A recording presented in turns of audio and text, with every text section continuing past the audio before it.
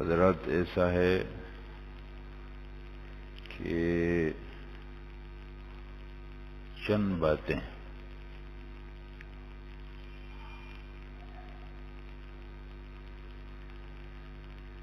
ایک بات جو بہت زیادہ اہم ہے اور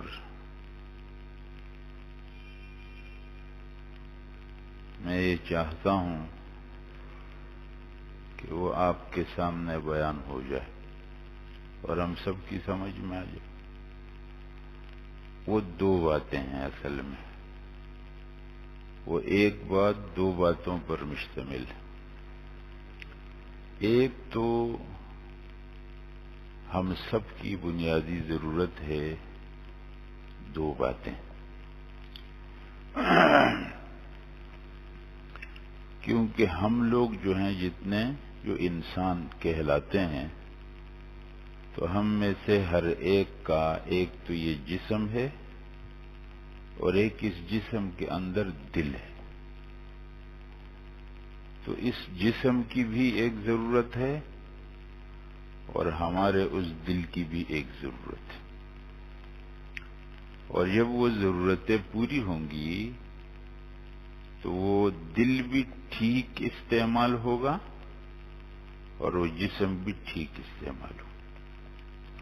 حضرات ایسا ہے نا کہ صف میں جب بیٹھتے ہیں نماز کے لیے تو رخ تو قبلے کی طرف ہوتا ہے نا، لیکن جب کوئی بات ہوتی ہے تو پھر قبلے کی طرف رخ کی ضرورت نہیں ہے، تو آپ میری طرف رخ کر دیں، آپ کے لیے بھی آسان ہو جائے گا، میرے لیے بھی آسان ہو جائے، آپ مڑ جائیں بالکل۔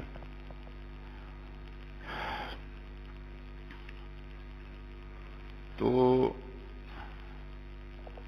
ایک ہے دل اور ایک ہے جسم۔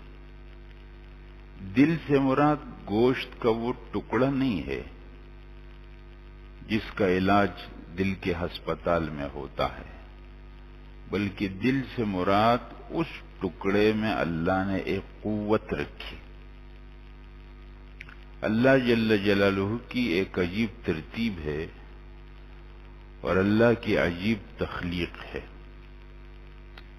اللہ جل جلالہ نے اس انسان کو ایک عجیب عجائبات کا مجموعہ بنایا۔ یہ انسان اب تک پورا دریافت بھی نہیں ہوا ہے۔ میڈیکل کا موضوع، طب کا موضوع انسان کا جسم ہے، یعنی وہ لوگ جو پورا اپنا بحث کریں گے، علم کریں گے، ریسرچ کریں گے، وہ سب انسانی جسم پر فوکس کرتے ہیں پورا۔ میڈیکل والوں کا یہ کہنا ہے کہ اب تک ہم کو اتنی ساری برسوں کی تحقیقات کے بعد انسانی جسم کے بارے میں 10% پتہ چلا ہے، 90% ابھی بھی معلوم۔ علاج کے کیا کیا طریقے اس وقت دنیا میں رائج ہیں، جس نے جس لائن پر کام کیا تو کتنا دور نکل گیا۔ تو اس انسانی جسم کو اللہ تعالی نے ایک عجیب چیز بنائی۔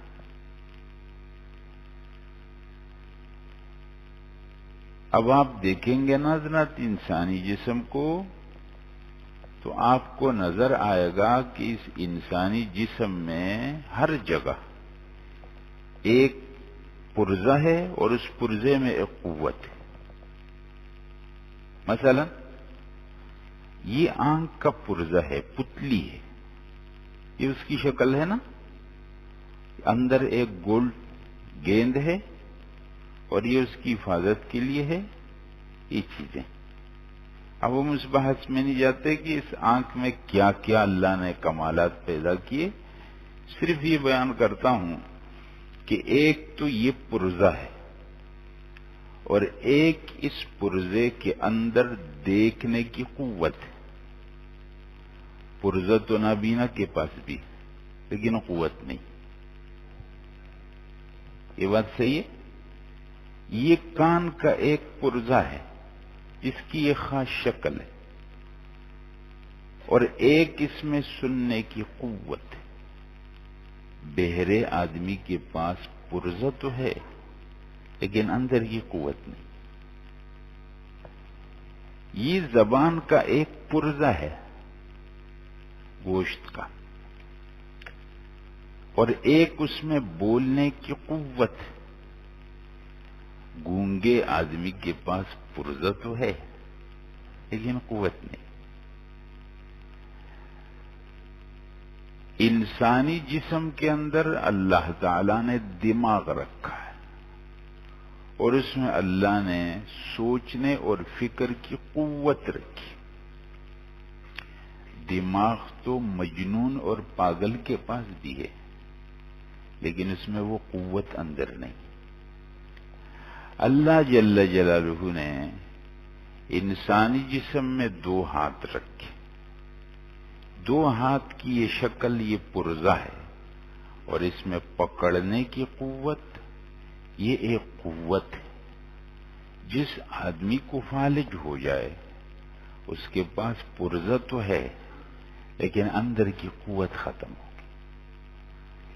یہ پیر اللہ نے بنائے، ان پیروں میں چلنے کی قوت رکھی۔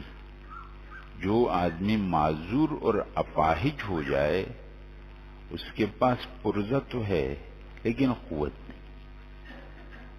حضرات یہ بات واضح ہو گئی آپ کے سامنے کہ ایک پرزہ ہے اور ایک پرزے میں اندر قوت ہے۔ بالکل اسی طرح اللہ جل جلالہ نے انسانی جسم کے اندر ایک تو گوشت کا ایک ٹکڑا رکھا ہے جس کو آپ سب دل بولتے ہیں، اور جس کا ایک اسپتال ہے، اور اس کے باہر بھی بہت بڑا دل کی ایک وہ نقشہ لگا ہوا ہے۔ وہ پرزہ ہے جو گوشت کا ہے یا جیسا بھی ہے۔ اس پرزے میں اللہ نے ایک قوت رکھی ہے، اس قوت کو قرآن کریم میں قلب کہا گیا۔ قرآن کریم جس کو قلب کہتا ہے وہ بہت سی جگہوں میں فرمایا کہ قیامت کے دن جب لوگ آئیں گے تو ان کو ان کا مال اور ان کی اولاد کوئی فائدہ نہیں دے گا، ہاں جو آدمی سلیم قلب لے کر آیا۔ تو کیا مانا؟ اس کا دل ٹھیک ہو، مانا اس کو دل کی کوئی بیماری نہ ہو، وال اس کے ٹھیک ہو، صحیح ہے، اور دل اس کا ٹھیک پمپ کرتا ہو، یہ مطلب ہے؟ ایسا تو کافر کبھی ہوگا؟ یہاں قلب سلیم سے مراد یہ ہے کہ اس قلب کا اللہ پر ایمان ہو، اللہ پر یقین ہو، اللہ سے اس کی محبت ہو، اور اس دل کے اندر اللہ کی عظمت ہو۔